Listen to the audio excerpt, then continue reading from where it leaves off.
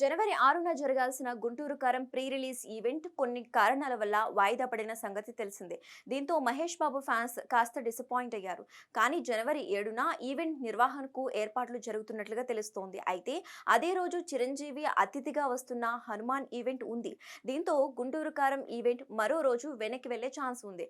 Cinema రిలీజ్‌కు మరో 5-6 రోజులు ఉంది కాబట్టి ఈవెంట్ ఎప్పుడైనా ఉండొచ్చు. ఇదిలా ఉంటే న్యూ ఇయర్ వెకేషన్ కోసం ఫారెన్ వెళ్లిన మహేష్ బాబు తిరిగి హైదరాబాద్లో అడుగుపెట్టాడు. ఫ్యామిలీతో కలిసి శుక్రవారం రాత్రి ఆయన హైదరాబాద్ ఎయిర్పోర్ట్లో ల్యాండ్ అయ్యారు. దీంతో గుంటూరు కారం ప్రమోషన్స్ నెక్స్ట్ లెవెల్ కు తీసుకువెళ్లటానికి చిత్ర యూనిట్ ప్లాన్ చేస్తోంది. ఈవెంట్ తో పాటు ఇంటర్వ్యూస్ కూడా ఇవ్వనున్నాడు మహేష్ బాబు.